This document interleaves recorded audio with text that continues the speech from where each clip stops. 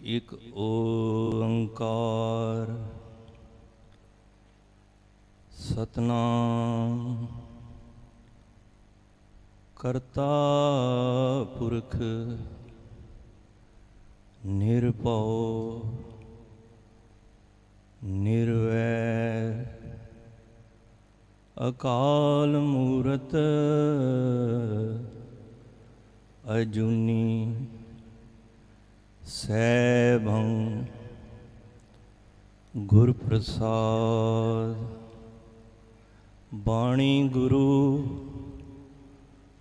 गुरु है बाणी विच बाणी अमृत सारे। गुरबाणी गुरबाणी कहे बाणी गुरु गुरु है बाणी विच बाणी अमृत सारे। सतगुर की जिसनू मत आवे सो सतगुर माहे समाना। ए बाणी जो जियो जाने तिस अंतर रवे हर नामा। बाणी विरलो विचार सी जे को गुरमुख होए। ये बाणी महापुरख की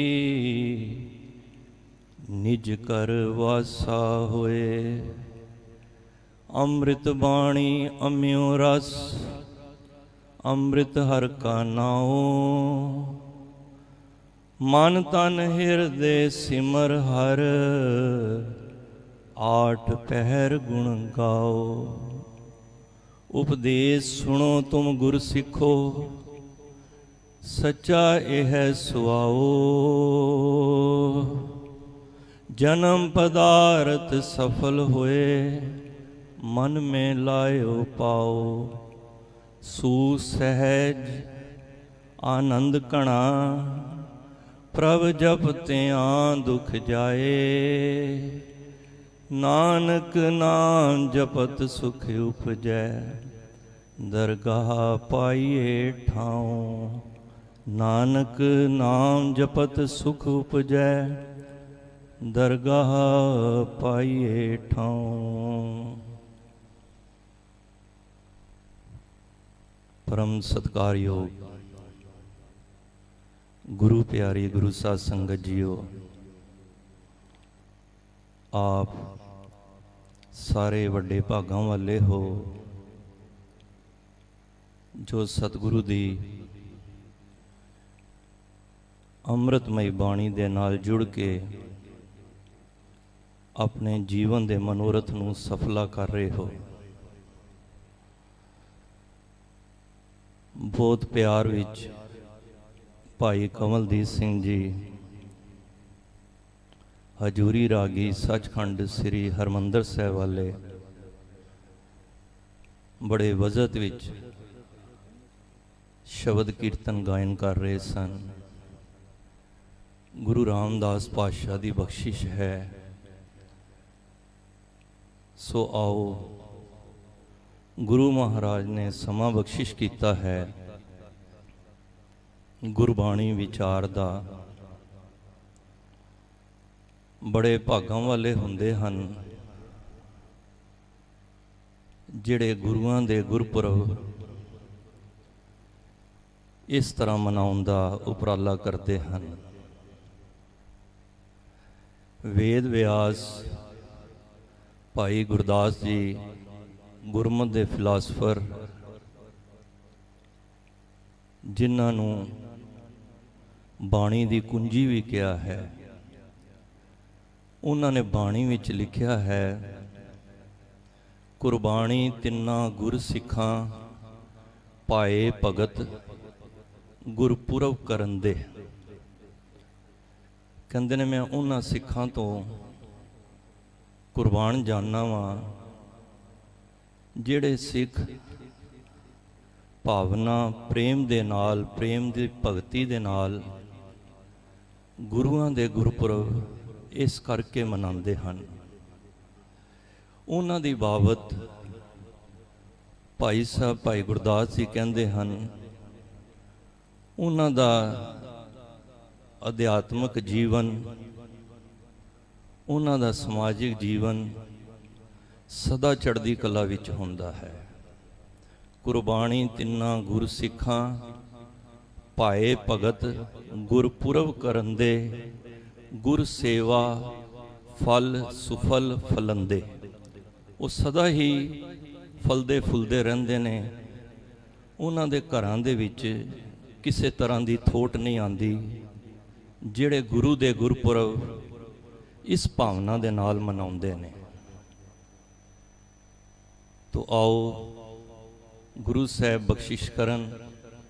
ਜਿਤਨੇ ਵੀ ਮਾਈ ਭਾਈ ਬੈਠੇ ਹੋ, ਧੰਨ ਗੁਰੂ ਗੋਬਿੰਦ ਸਿੰਘ ਮਹਾਰਾਜ ਦੀ ਬਖਸ਼ੀ ਹੋਈ ਫਤਿਹ ਸਾਂਝ ਕਰੋ। ਵਾਹਿਗੁਰੂ ਜੀ ਕਾ ਖਾਲਸਾ, ਵਾਹਿਗੁਰੂ ਜੀ ਕੀ ਫਤਿਹ। ਦੇਖੋ, ਕੋਈ ਰਾਈਟਰ, ਲਿਖਾਰੀ 10-20 ਪੇਜ ਦੀ, 50 ਪੇਜ ਦੀ ਕੋਈ ਬੁੱਕ ਲਿਖਦਾ ਹੈ। ਧਿਆਨ ਦੇਣਾ, ਉਹ ਸਭ ਤੋਂ ਪਹਿਲਾਂ ਆਪਣਾ ਨਾਮ ਬਾਹਰ ਲਿਖਦਾ ਹੈ। ਜੋ ਜੋ ਉਹਦੀਆਂ ਡਿਗਰੀਆਂ ਨੇ ਉਹ ਵੀ ਲਿਖਦਾ ਹੈ, ਬਈ ਮੈਂ ਇਹ ਪੜ੍ਹਿਆ ਹੋਇਆ ਹਾਂ। ਇੱਥੋਂ ਤੱਕ ਕਈ ਵਾਰੀ ਬੰਦਾ ਆਪਣੀ ਫੋਟੋ ਵੀ ਲਗਾ ਦਿੰਦਾ ਹੈ ਕਿ ਉਹਦੀ ਕਾਲਪਨਿਕ, ਉਹਦੀ ਆਪਣੀ ਸੋਚ ਹੈ। ਤੋ ਇੱਕ ਛੋਟੀ ਜਿਹੀ ਬੁੱਕ ਲਿਖ ਕੇ ਆਪਣੇ ਆਪ ਨੂੰ ਜਿਤਾਂਦਾ ਹੈ। ਪਰ ਜਦੋਂ ਮੈਂ ਧੰਨ ਸ੍ਰੀ ਗੁਰੂ ਗ੍ਰੰਥ ਸਾਹਿਬ ਮਹਾਰਾਜ ਵੱਲ ਦੇਖਣਾ ਵਾਂ ਤੇ ਧੰਨ ਗੁਰੂ ਅਰਜਨ ਦੇਵ ਪਾਤਸ਼ਾਹ ਦੇਖੋ, ਇਤਨਾ ਥਾਲ ਪਰੋਸ ਕੇ, ਥਾਲ ਵਿੱਚ 3 ਵਸਤੂ ਪਈਓ, ਸਤ ਸੰਤੋਖ ਵਿਚਾਰੋ, ਅੰਮ੍ਰਿਤ ਨਾਮ ਠਾकुर का भयो, जिसका सब आधारो। जे को खावै जे को पुंचै, तिसका होए उदारो। किथे भी गुरु साहब ने अपने घर का जिक्र नहीं किया, वे मेरे इतने बच्चे ने, मेरी एक घर, एक काम मैं करदा वां, या गुरु ग्रंथ साहब आदि ग्रंथ लिखण तो पहला किथे अपना नाम लिखिया होवे। निमरता देखो, नानक नीच कहे विचार। अपने आप नू कितना ही नीवा, नानक घर के गोले, गोले गुलाम, नानक जन का दासन दसना जन।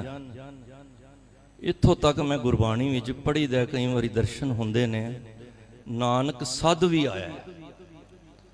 सद तो भाव हुंदा कुत्ता। इतनी निमरता।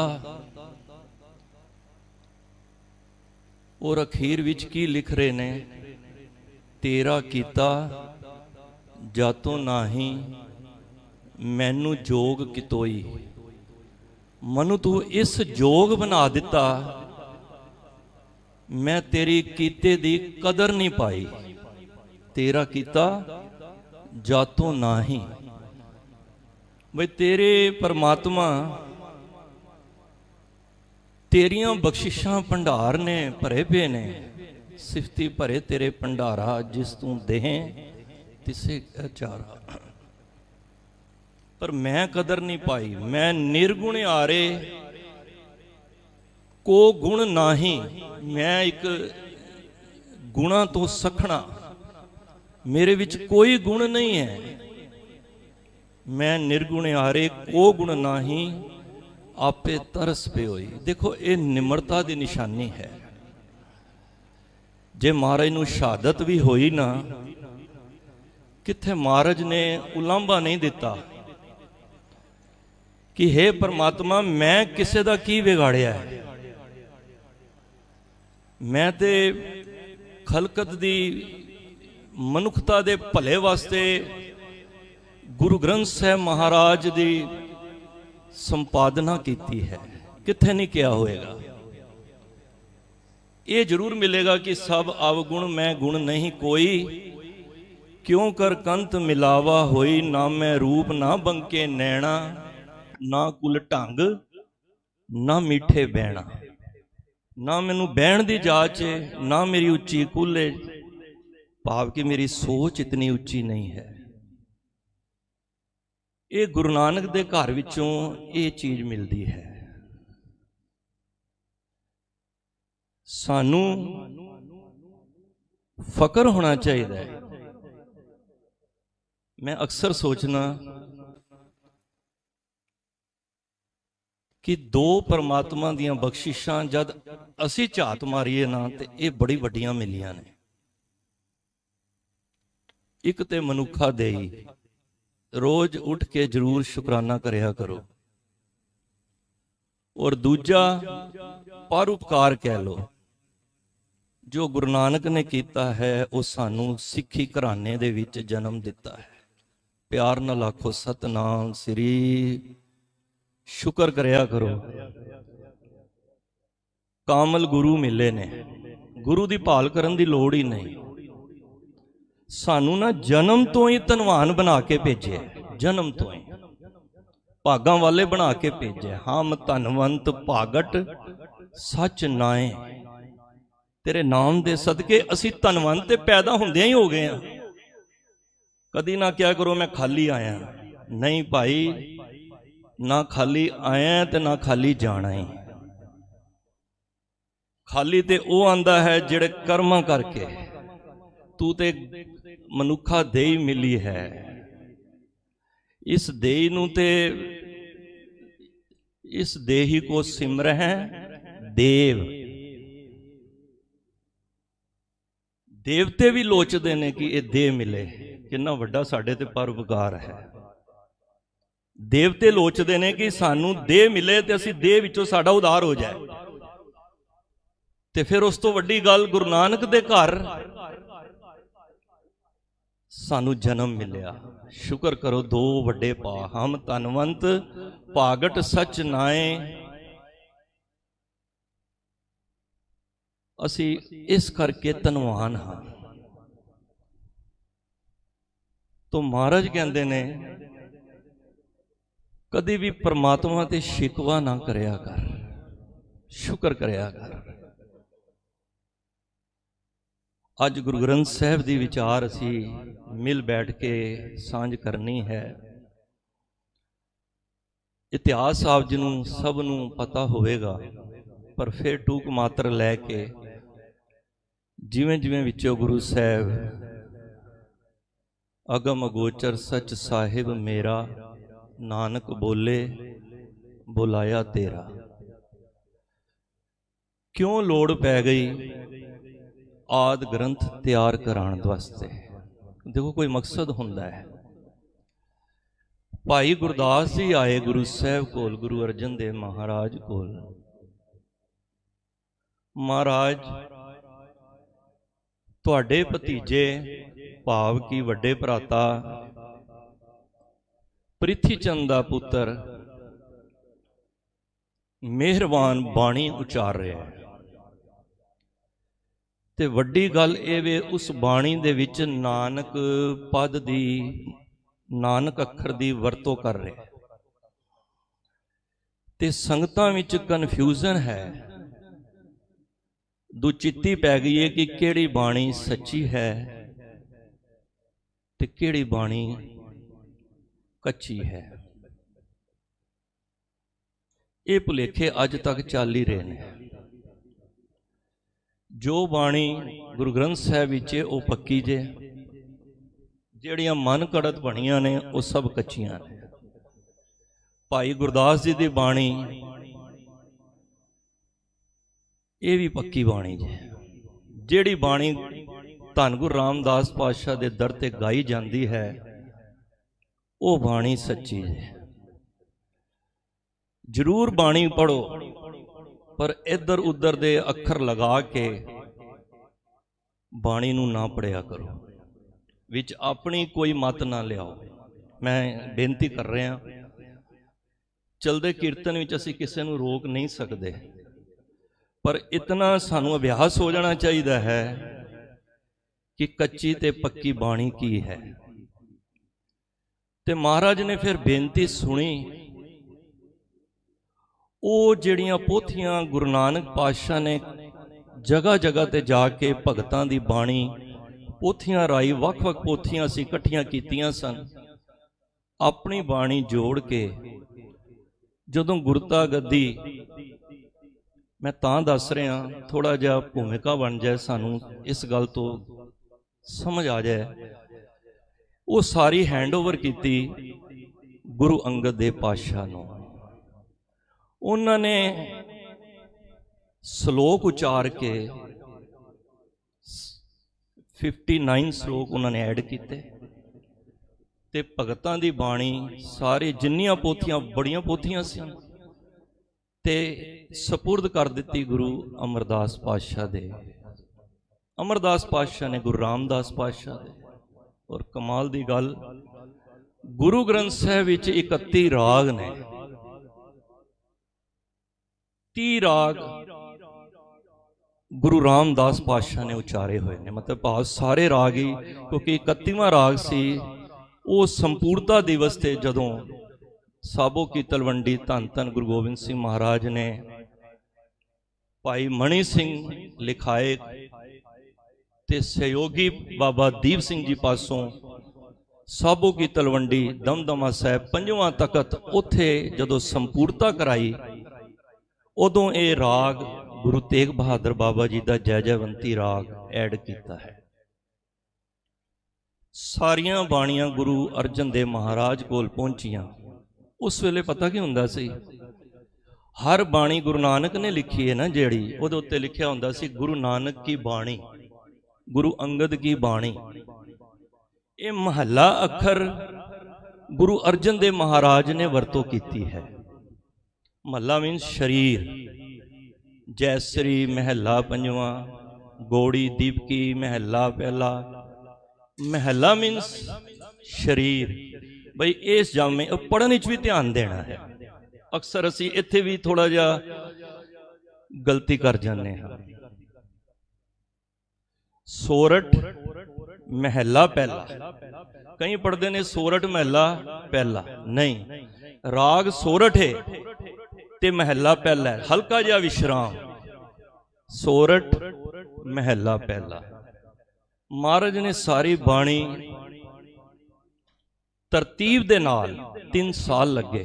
ये सन 1601 की गल है।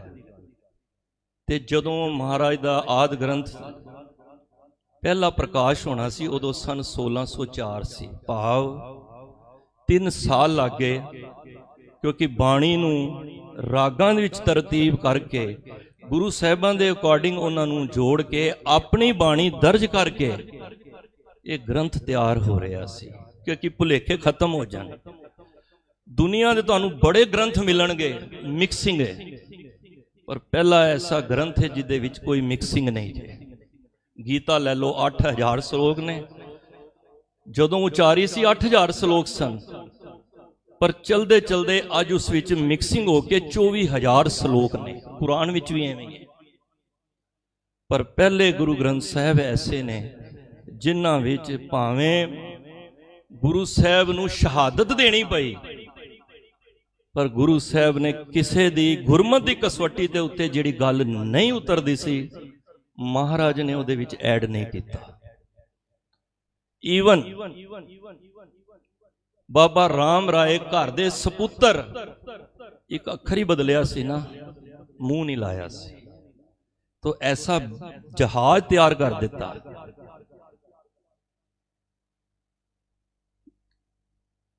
दिन आया, संगतां दा कतर होया, जिहड़ा 7 सितंबर जिहड़ा निकलिया है।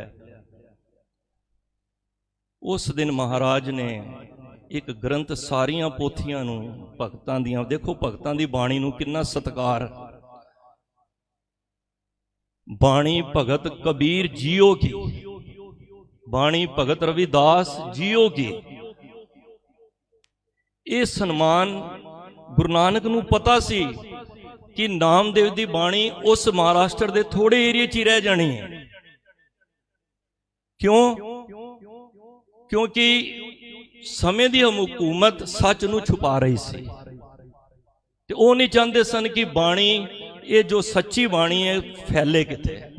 महाराज ने आप भी तलवंडी विच रह के उस बाणी नूं उत्थों तक नहीं रहन दिता। हालांकि गद्दी देने तो बाद 18 साल महाराज करतारपुर रहे ने, खेतीबाड़ी की है, किरत की है, पर मकसद यही सी कि इस ऐसा जहाज तैयार होवे, घर घर अंदर धर्मसाल होवे, कीर्तन सदा विसोआ। तो ऐसी बख्शिश, ऐसा मान ये गुरु घर विच मिलता है। तुसी आंदे हो, संगत विच चोर भी आंदे जे, डाकू भी आंदे ने, मनु खिमा कर देना, साध भी आंदे ने, नाम जपण वाले भी आंदे ने। ताबीयत बैठे भाई साहब की कहणगे, गुरु रूप गुरु प्यारी साध संगत जी। इन्ना मान मिलिया किथे? आवो संत प्यारिओ, देखो कितना भारी वर्ड है। प्यारा वर्ड किनू यूज करीदा है? जिदे नाल बहुत प्यार होवे। अकत की करे कहानी, आओ बैठो गुरु दे प्यारे हो संत जनो, उस अकथ जिन्हों कथया नहीं जा सकता, बैठ के असी उहदी कहानियां दा आपसी होवे इकत्र, मिलो मेरे भाई दुविधा दूर करो लिव लाए। बैठ के एक प्यार कित्थों मिलता है? ये गुरु घर विच। सीस ते रखिया ग्रंथ बाबा बुढ़ा जी ते 98 साल ग्रंथी साहिबान पहले ग्रंथी बने। ग्रंथी तो भाव हुंदा है जिहड़ा ग्रंथ की सेवा करने वाला, उन्होंने ग्रंथी कहते हैं। अजकल तो मनु खिमा कर देना, मैं इस जगह की कोई गल नहीं कर रहा। अक्सर गुरुद्वारियां में जाईदा है, प्रबंधक लोग बहुत भैड़े तरीके नाल ग्रंथी नूं बोलते हैं, पर मैं खिमा दा मंग के गल करांगा, सत्कार करया करो। ये बाबा बुढ़ा जी की जगह है। छोटे होंदे सन ना ते फादर साडे ना ग्रंथी साहिबां नूं सेवादारां नूं घर लैके आना, हथी उन्हां दे चरण धोने, प्रशादा बना के छकाना, उन्हां कोलों बाणी सुननी। ये रवायत ही खत्म हो चुकी है, सत्कार खत्म हो गया ना। रोज मिलते हैं ग्रंथी साहब नहीं। 98 साल की उम्र बाबा बुढ़ा जी पहले हैड ग्रंथी, जो ग्रंथी साहिबाना दे अंदर सब तो पहला नाम अति सत्कारयोग ब्रह्म ज्ञानी बाबा बुढ़ा सिंह बुढ़ा जी। हरमंदर साहब लै गए, जिहड़ी 1688 विच इमारत, वाहिगुरू 1588 च इमारत तैयार हुई सी। 1604 विखे महाराज कीर्तन करते हुए उस तखत ते लैके गए जिथे अज तक प्रकाश हो रहा है। कीर्तन करते हुए आप चौवर साहब करके नंगी पैरी रामसर गुरुद्वारा शहीदां दे कोल है, जिथे जिन्हें आप जी ने दर्शन किए ने, नहीं किए जरूर करो, जिथे सुमनी साहब जी की बाणी भी उचारी है। उस स्थान ते फिर महाराज ने ताबी ते फिर प्यार भरी बेनती की बाबा बुढ़ा जी नूं, बैठे। उस वेले फिर साध संगत महाराज आप संगत विच बैठ गए, दर्जा ऊपर दिता ते फिर क्या बाबा बुढ़ा जी नूं, बुढ़ा जी खोलो ग्रंथ, लहो आवाज, सुने सब पंथ। बाबा बुढ़ा बोला, ऐतिहासिक वचन है। सुई महला पंजवा, संतां के कारज आप खलोया, हर काम करावण आया राम। धरत सुहावी ताल सुहावा, विच अमृत जल छाया राम। ये पहला हुक्मनामा से। सो दास जिक्र कर रहे हैं कि गुरु ग्रंथ साहिब विच वो बख्शिशां ने ਗੁਰਮੁਖ ਰਾਈਟਰ ਹੋਏ ਨੇ, ਆਪ ਜੀ ਦੇ ਗਿਆਤ ਵਿੱਚ ਦੱਸ ਦਈਏ, ਪਤਾ ਆਪ ਨੂੰ ਹੈ। ਭਾਈ ਵੀਰ ਸਿੰਘ ਜੀ ਗੁਰਮੁਖ ਰਾਈਟਰ ਹੋਏ ਨੇ, ਬੜੀ ਉੱਚੀ ਅਵਸਥਾ ਦੇ ਮਾਲਕ ਹੋਏ ਨੇ, ਬਹੁਤ ਵਿਚਾਰਵਾਨ। ਉਹਨਾਂ ਦੀਆਂ ਗਥਾਵਾਂ, ਉਹਨਾਂ ਦੀਆਂ ਉਡਾਰੀਆਂ ਨੂੰ ਪੜ੍ਹ ਕੇ ਸੰਗਤਾਂ ਨਾਲ ਵਿਚਾਰ ਸਾਂਝੇ ਕਰਦੇ ਨੇ ਭਾਈ ਵੀਰ ਸਿੰਘ ਜੀ। ਉਹਨਾਂ ਨੇ ਗੁਰੂ ਗ੍ਰੰਥ ਸਾਹਿਬ ਦੀ ਬਾਬਤ ਨਾ 6-7 ਵਿਸ਼ੇਸ਼ਤਾ ਲਿਖੀਆਂ ਨੇ, ਸਪੈਸ਼ਲਿਟੀ। ਸ਼ੁਰੂ ਕਰਨ ਤੋਂ ਪਹਿਲਾਂ ਉਹਨਾਂ ਨੇ ਇੱਕ ਗੱਲ ਜ਼ਰੂਰ ਕਹੀ ਕਿ ਇਹ ਮੈਂ ਲਿਖ ਰਿਹਾ ਮੁਕੰਮਲ ਨਹੀਂ ਨੇ,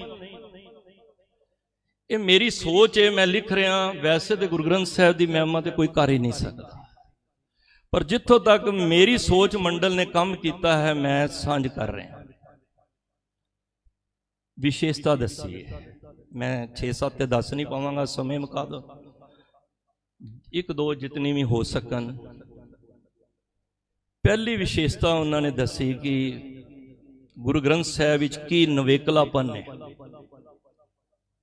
ਕਹਿੰਦੇ ਦੁਨੀਆ ਦੇ ਵਿੱਚ ਸਮਾਂ ਪਾ ਕੇ, ਇਹ ਭਾਈ ਵੀਰ ਸਿੰਘ ਜੀ ਕਹਿ ਰਹੇ ਨੇ,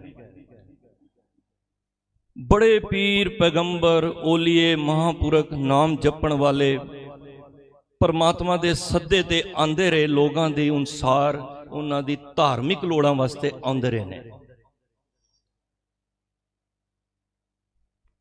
ਪਰ ਉਹ ਆਏ, ਸਮਾਂ ਪਾ ਕੇ ਚਲੇ ਗਏ।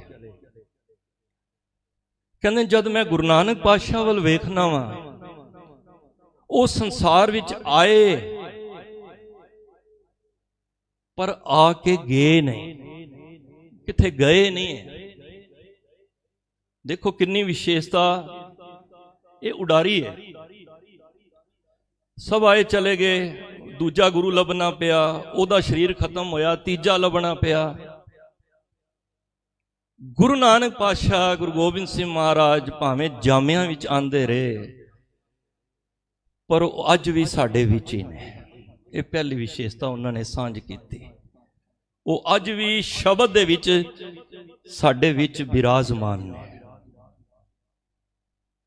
ਗੁਰਮੂਰਤ ਗੁਰ ਸ਼ਬਦ ਹੈ, ਸ਼ਬਦ ਗੁਰੂ ਹੈ। ਸ਼ਬਦ ਦੇ ਵਿੱਚ ਗੁਰੂ ਨਾਨਕ ਅੱਜ ਵੀ ਬੈਠੇ ਨੇ। ਉਹ ਮਰਨਗੇ ਨਹੀਂ, ਉਹ ਜੋਤੀ ਜੋਤ ਨਹੀਂ ਸਮਾਣਗੇ। ਸਭ ਗੁਰੂਆਂ ਦੇ ਅਸੀਂ ਦੁਨਿਆਵੀ ਗੁਰੂਆਂ ਦੇ ਜਨਮ ਦਿਨ ਵੀ ਮਨਾਉਂਦੇ ਹਾਂ ਤੇ ਉਹਨਾਂ ਦੇ ਮਰਨ ਦਿਨ ਵੀ ਮਨਾਈਦੇ ਨੇ, ਜਿਹੜੇ ਦੁਨਿਆਵੀ ਗੁਰੂ ਨੇ। ਪਰ ਗੁਰੂ ਗ੍ਰੰਥ ਸਾਹਿਬ ਮਹਾਰਾਜ ਦਾ ਜੋਤੀ ਜੋਤ ਸਮਾਨ ਦਾ ਪੁਰਬ ਕਦੀ ਨਹੀਂ ਆਉਂਦਾ। ਇਹ ਜਾਗਤੀ ਜੋਤ ਨੇ। ਸ਼ਬਦ ਗੁਰ ਪੀਰਾ ਗਹਿਰ ਗੰਭੀਰਾ, ਬਿਨ ਸ਼ਬਦੇ ਜਗ ਬੋਰਾਣਾ। ਗੁਰੂ ਸ਼ਬਦ ਵਿੱਚ ਨਾ ਉਹ ਮਰੇ ਨਾ ਹੋਵੇ ਸੋਗ।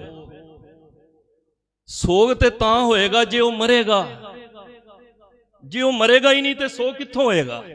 ਦੱਸੋ, ਘਰ ਵਿੱਚ ਮੌਤ ਹੋਏ ਤਾਂ ਸੋਗ ਹੁੰਦਾ ਹੈ ਨਾ। ਉਹ ਤੇ ਅਜਨਮਨ ਹੈ, ਉਹਨੇ ਮਰਨਾ ਹੀ ਨਹੀਂ ਹੈ। ਸ਼ਬਦ ਦੀ ਕਦੀ ਮੌਤ ਨਹੀਂ ਹੁੰਦੀ ਜੇ, ਇਹ ਗੱਲ ਨੋਟ ਕਰ ਲਓ। ਇੱਕ ਬੱਚੀ ਹੈ, ਮੈਨੂੰ ਯਾਦ ਆ ਗਈ ਗੱਲ, ਉਹ ਦਾਸ ਨਾਲ ਪਿਆਰ ਬੜਾ ਕਰਦੀ ਹੈ, ਚੇਨਈ ਰਹਿੰਦੀ ਹੈ। ਫੋਨ ਆਇਆ ਬੜਾ ਟਾਈਮ ਪਹਿਲੇ ਕਿ ਅੰਕਲ ਜੀ ਗੱਲ ਦੱਸੋ, ਤੁਸੀਂ ਸ਼ਬਦ ਗੁਰੂ ਦੀ ਗੱਲ ਕਰਦੇ ਹੋ, ਸ਼ਬਦ ਗੁਰੂ ਦੀ ਗੱਲ ਕਰਦੇ ਹੋ ਹਮੇਸ਼ਾ, ਸ਼ਬਦ ਨਾਲ ਕਿਵੇਂ ਰੱਬ ਨੂੰ ਪਾਇਆ ਜਾ ਸਕਦਾ ਹੈ? ਮੈਂ ਕਿਹਾ ਬੱਚੇ, ਇਸ ਸਵਾਲ ਤੇ ਤੇਰਾ ਬੜਾ ਖੂਬਸੂਰਤ ਹੈ। ਗੱਲ ਸ਼ਬਦ ਦੀ ਹੈ। ਗੁਰੂ ਗੋਬਿੰਦ ਸਿੰਘ ਮਹਾਰਾਜ ਜੀ ਨੇ ਤਾਂ ਕਹਿਣਾ, ਪੂਜਾ ਕਾਲ ਕੀ ਪਰਚਾ ਸ਼ਬਦ ਦਾ, ਦੀਦਾਰ ਖਾਲਸੇ ਦੇ। ਇੱਕ ਸ਼ਬਦ ਦੇ ਵਿੱਚੋਂ ਕਿਵੇਂ ਰੱਬ ਪਾਇਆ ਜਾ ਸਕਦਾ? ਮੈਂ ਕਿਹਾ ਬੱਚੀ, ਕੱਲ ਦੱਸਾਂਗੇ ਤੈਨੂੰ। ਕਈ ਵਾਰੀ ਐਟ ਏ ਟਾਈਮ ਨਹੀਂ ਵੀ ਕੰਮ ਕਰਦਾ ਮਾਈਂਡ। ਗੁਰੂ ਤੇਗ ਬਹਾਦਰ ਦੇ ਦਰ ਤੇ ਜਾ ਕੇ ਪੁੱਛਿਆ, ਮਹਾਰਾਜ ਬੱਚੀ ਨੇ ਕੋਈ ਮੇਰਾ ਇਮਤਿਹਾਨ ਲੈਣ ਵਾਸਤੇ ਨਹੀਂ, ਕਈ ਅਸੀਂ ਸਿਆਣੇ ਹੁੰਨੇ ਆ, ਪਤਾ ਹੁੰਦਾ ਜਾਣ ਕੇ ਪੁੱਛਨੇ ਆ, ਉਹ ਆਪਣੀ ਸੋਚ ਨੂੰ ਦੱਸਨੇ ਆ ਕਿ ਅਸੀਂ ਉੱਚੇ, ਪਰ ਉਹ ਬੱਚੀ ਦਾ ਉਹ ਖਿਆਲ ਨਹੀਂ ਸੀ। ਅਗਲਾ ਦਿਨ ਹੋਇਆ, ਬੱਚੀ ਦਾ ਫੋਨ ਆਇਆ, ਕਹਿੰਦੇ ਅੰਕਲ ਜੀ। ਮੈਂ ਕਿਹਾ ਹਾਂਜੀ। ਕਹਿੰਦੇ ਸਵਾਲ ਤੇ ਮੇਰਾ ਉਹੀ ਹੈ ਕਿ ਸ਼ਬਦ ਦੇ ਵਿੱਚੋਂ ਦਰਸ਼ਨ ਕਿਵੇਂ ਹੋਣਗੇ। ਮੈਂ ਕਿਹਾ ਬੱਚੀ ਤੂੰ ਰਹਿੰਦੀ ਹੈ ਚੇਨਈ, ਮੈਂ ਰਹਿਣਾ ਦਿੱਲੀ, ਮੈਂ ਤੇਰੇ ਕੋਲ ਆਉਣਾ ਚਾਹੁੰਦਾ। ਕਹਿੰਦੀ ਆਓ, ਮੋਸਟ ਵੈਲਕਮ। ਮੈਂ ਕਿਹਾ ਮੈਂ ਗੱਡੀ ਘਰੋਂ ਕੱਢੀ, ਮੈਨੂੰ ਨਹੀਂ ਪਤਾ ਚੇਨਈ ਕਿੱਥੇ ਵੇ। ਮੈਂ ਜਦ ਫੋਨ ਵੇਖਿਆ GPS ਵੀ ਆਫ ਹੈ, ਨੈਟ ਕੰਮ ਨਹੀਂ ਕਰ ਰਿਹਾ। ਹੁਣ ਮੈਂ ਰੋਡ ਤੇ ਗਿਆ, ਮੈਨੂੰ ਕੁਝ ਪਤਾ ਨਹੀਂ ਲੱਗ ਰਿਹਾ, ਮੈਂ ਜਾਣਾ ਚੇਨਈ ਹੈ। ਪਰ ਮੈਂ ਜਦ ਮਾਈਲਸਟੋਨ ਰਸਤੇ ਵਿੱਚ ਵੇਖੇ ਤੇ ਮੈਂ ਉਹਨਾਂ ਨੂੰ ਵੇਖ ਕੇ ਚੇਨਈ ਪਤਾ ਲੱਗ ਗਿਆ 1500 18 ਜਾਂ ਜੋ ਵੀ 2000 ਕਿਲੋਮੀਟਰ ਹੈ। ਮੈਂ ਉਸ ਦਾ ਟਾਰਗੇਟ ਲੈ ਕੇ ਮੈਂ ਚੱਲ ਪਿਆ।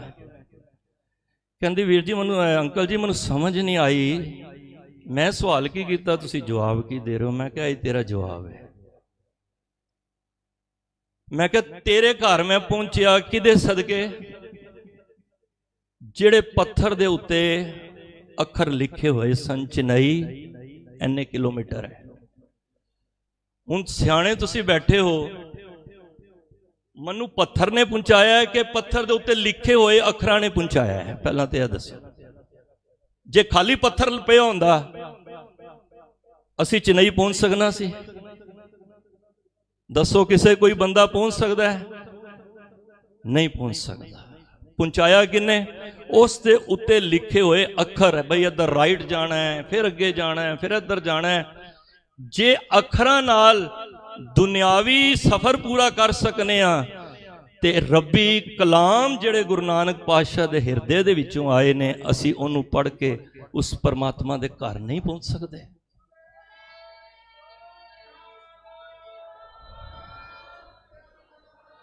ਬਦਕਿਸਮਤੀ ਸਾਡੀ, ਅਸੀਂ ਪੱਥਰ ਦੀ ਪੂਜਾ ਕਰਨ ਲੱਗ ਪਏ।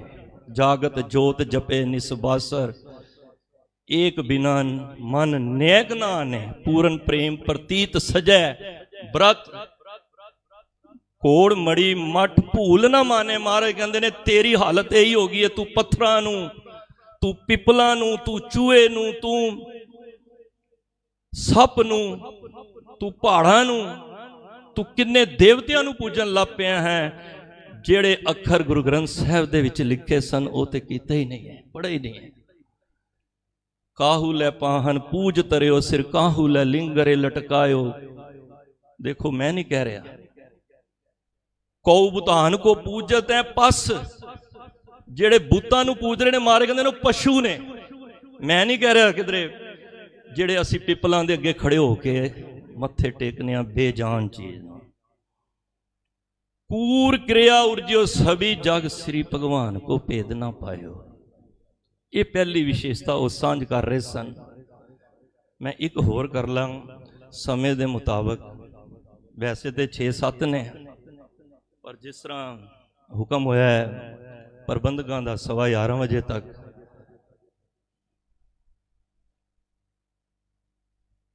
ਦੂਜੀ ਵਿਸ਼ੇਸ਼ਤਾ, ਪਹਿਲੀ ਹੈ ਕਿ ਪੈਗੰਬਰ ਆਏ ਚਲੇ ਗਏ। ਨੋਟ ਕਰ ਲਓ, ਗੁਰੂ ਨਾਨਕ ਪਾਤਸ਼ਾਹ ਆ ਕੇ ਗਏ ਨਹੀਂ, ਅੱਜ ਸਾਡੇ ਵਿੱਚ ਹੀ ਨੇ। ਇਹ ਨਾ ਹਿਰਦੇ ਦੇ ਵਿੱਚ ਲਿਖ ਲਿਆ ਕਰੋ। ਦੂਜੀ ਵਿਸ਼ੇਸ਼ਤਾ, ਰਾਗ ਬੜੇ ਨੇ, 500-700 ਰਾਗ ਹੈ, ਪਰ ਭਾਈ ਵੀਰ ਸਿੰਘ ਜੀ ਕਹਿੰਦੇ ਗੁਰੂ ਗ੍ਰੰਥ ਸਾਹਿਬ ਵਿੱਚ ਨਾ ਸਿਰਫ 31 ਰਾਗ ਲਏ ਨੇ। ਇਹਨਾਂ ਅੱਗੋਂ ਰਾਗਾਂ ਦੀਆਂ ਰਾਗੀਆਂ ਨੇ, ਰਾਗ ਸੰਗ ਏਕ ਪੰਚ ਬਰੰਗਨ ਸੰਗ ਅਲਾਬੇ, ਇਹ ਸਭ ਅੱਗੋਂ ਰਾਗਾਂ ਦੀਆਂ ਨਾ ਇਹਨਾਂ ਦੀਆਂ ਸਾਰਾ ਪਰਿਵਾਰ ਹੈ। ਪਰ ਟੋਟਲ ਰਾਗ 700 ਨੇ, 700-800 ਰਾਗ ਨੇ। ਵੱਖ-ਵੱਖ ਕੰਟਰੀਆਂ ਵਿੱਚ ਵੀ ਅਲੱਗ-ਅਲੱਗ ਤਰ੍ਹਾਂ ਦੇ ਗਾਏ ਜਾਂਦੇ ਨੇ। ਤਾਨਸੇਨ ਅਕਬਰ ਦੇ ਦੀਵਾਨ ਦੇ ਵਿੱਚ ਗਾਉਂਦਾ ਸੀ, ਬੜਾ ਸੁੰਦਰ ਗਾਉਂਦਾ ਸੀ, ਕੰਠ ਸੀ ਉਹਦਾ, ਗਲਾ ਸੀ। ਪਰ ਗੁਰੂ ਮਹਾਰਾਜ ਨੇ ਦੇਖੋ ਕੁਝ ਰਾਗ ਲਏ ਨਹੀਂ ਨੇ, ਇਹ ਭਾਈ ਵੀਰ ਸਿੰਘ ਜੀ ਲਿਖ ਰਹੇ ਨੇ। ਉਹ ਅਕਸਰ ਦੀਪਕ ਰਾਗ ਤੇ ਮੇਘ ਰਾਗ ਜ਼ਿਆਦਾ ਗਾਉਂਦਾ ਸੀ। ਜਿਹੜਾ ਗੁਰੂ ਗ੍ਰੰਥ ਸਾਹਿਬ ਵੀ ਤੁਸੀਂ ਦਰਸ਼ਨ ਕਰੋ 31 ਰਾਗਾਂ ਦੇ ਅੰਦਰ ਉਹ ਰਾਗ ਹੈ ਹੀ ਨਹੀਂ। ਜਿਹੜੇ ਕੀਰਤਨ ਦੇ ਅਭਿਆਸੀ ਨੇ ਜਾਂ ਜਿਹੜੇ ਸਹਿਜ ਪਾਠ ਅਭਿਆਸੀ ਨੇ ਉਹਨਾਂ ਨੂੰ ਪਤਾ ਹੋਏਗਾ, ਉਹ ਨਹੀਂ ਰਾਗ ਹੈਗੇ। ਦੋਨੋਂ ਰਾਗ ਨਹੀਂ ਰੱਖੇ ਮਹਾਰਾਜ ਨੇ। ਦੀਪਕ ਰਾਗ ਹੁੰਦਾ ਹੈ ਸੋਗ ਦਾ ਰਾਗ, ਤੇ ਮੇਘ ਰਾਗ ਹੈ ਖੁਸ਼ੀ ਦਾ। ਮਹਾਰਾਜ ਨੇ ਕਿਹਾ ਮੈਂ ਸਿੱਖ ਦੇ ਜੀਵਨ ਵਿੱਚ ਨਾ ਢਹਿ ਢੇਰੀ ਹੋਵੇ ਤੇ ਨਾ ਖੁਸ਼ੀ ਦੇ ਵਿੱਚ ਬਾਤਾਂ ਭੰਗੜੇ ਪਾਵੇ। ਧਿਆਨ ਦੇਣਾ। ਅਕਸਰ ਮੈਨੂੰ ਕਹਿਣ ਦੇਣਾ, ਗੁਰਮਤ ਦੀ ਪੜ੍ਹਾਈ ਕਿਸੇ ਦੀ ਵੇਖਣੀ ਹੋਵੇ ਨਾ, ਕਿਸੇ ਸਿੱਖ ਦੇ ਘਰ ਜਾ ਕੇ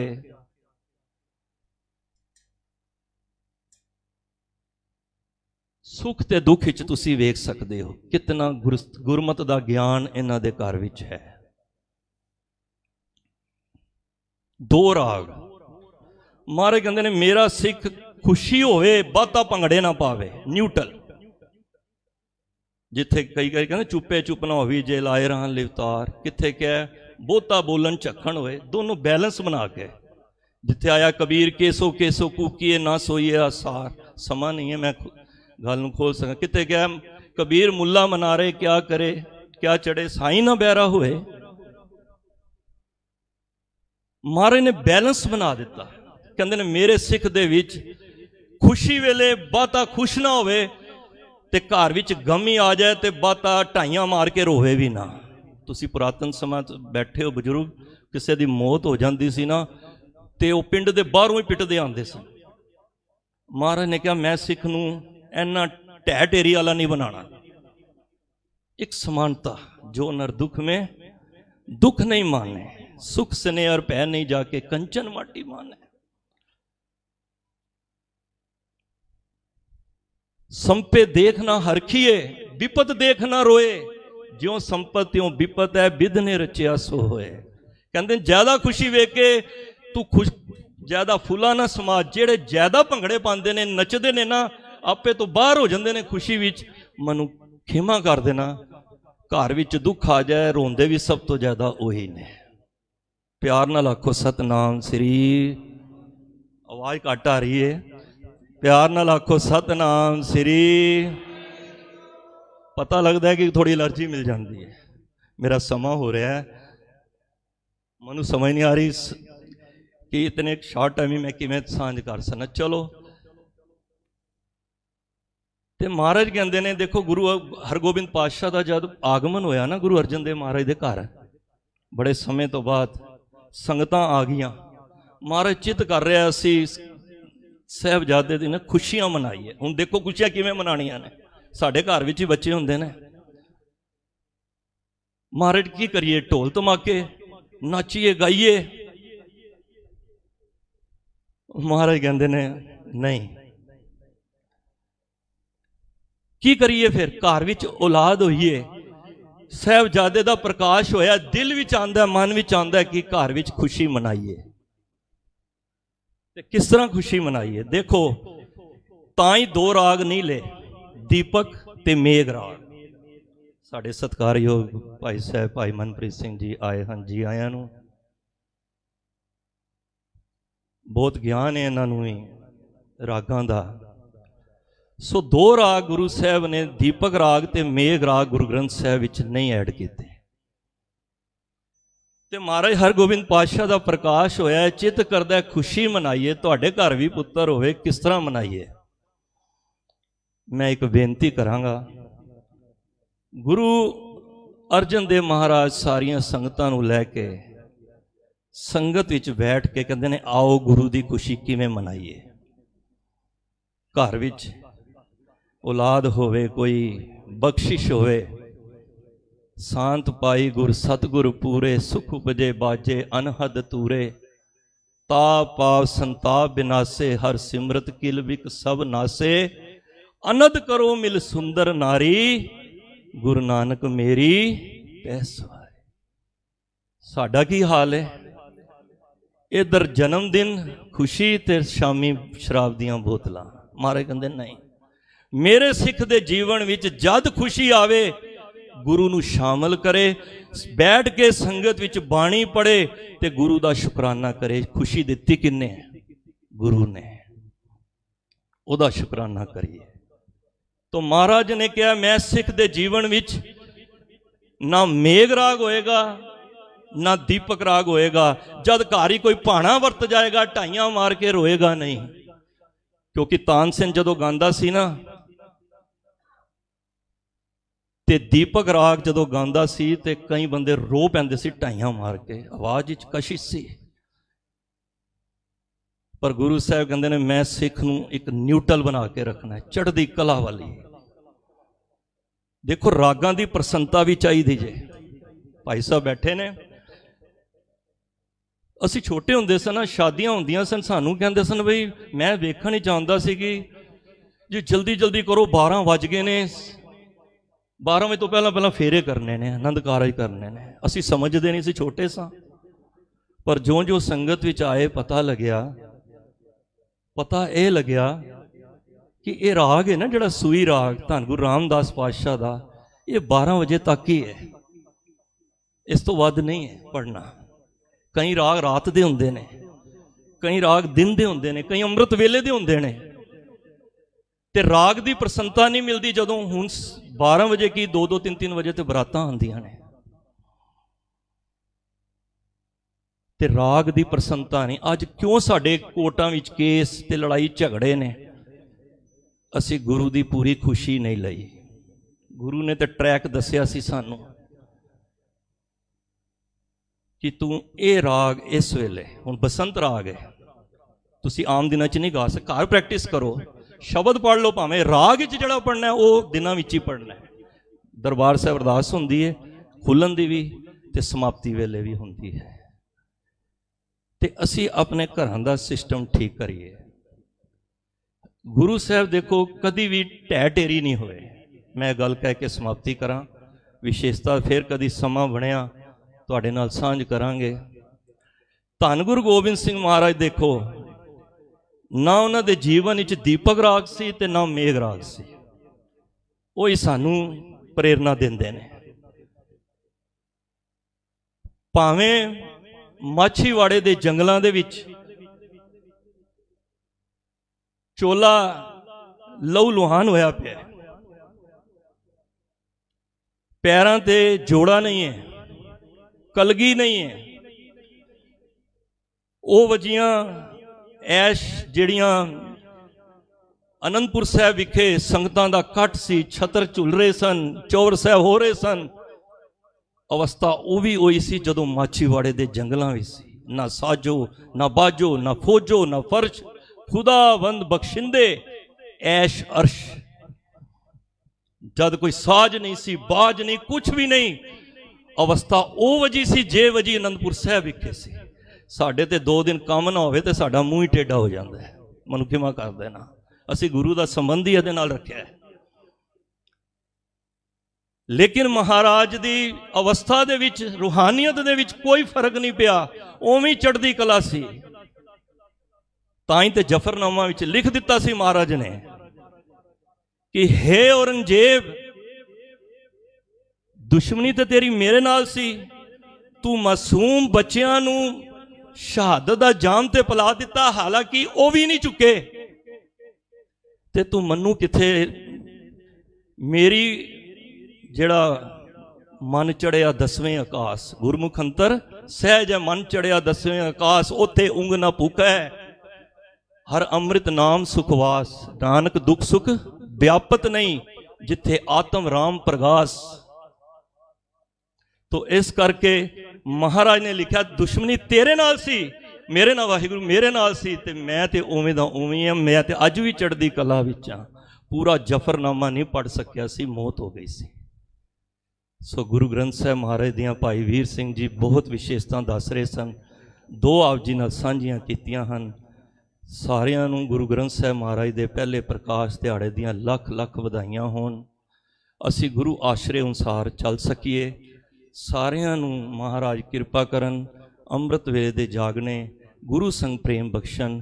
बेअंत भुलां गलतियां होईयां ने, उदास दियां ने, बचन गुरु दा जान के हिरदे विच वसाओ। ਆਸੀਸ ਬਖਸ਼ੋ, ਫਤਿਹ ਦੀ ਸਾਂਝ ਕਰੋ। ਵਾਹਿਗੁਰੂ ਜੀ ਕਾ ਖਾਲਸਾ, ਵਾਹਿਗੁਰੂ ਜੀ ਕੀ ਫਤਿਹ।